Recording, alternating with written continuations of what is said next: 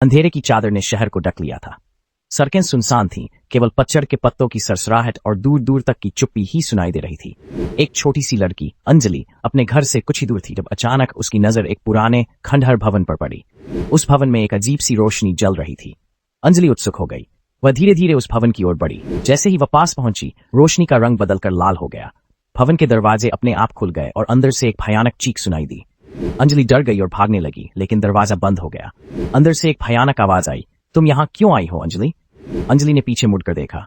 वहां खड़ा था एक अजीब सा आदमी जिसकी आंखें चमक रही थीं। वह धीरे धीरे अंजलि की ओर बढ़ा।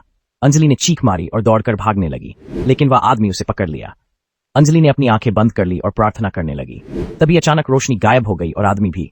अंजलि ने आंखें खोली। वह अपने घर के सामने खड़ी थी। उसे लगा कि यह सब एक सपना था, लेकिन फिर उसने देखा कि उसके हाथ काट दिए गए थे। वह चीख उठी और मदद के लिए चिल्लाई। अंत।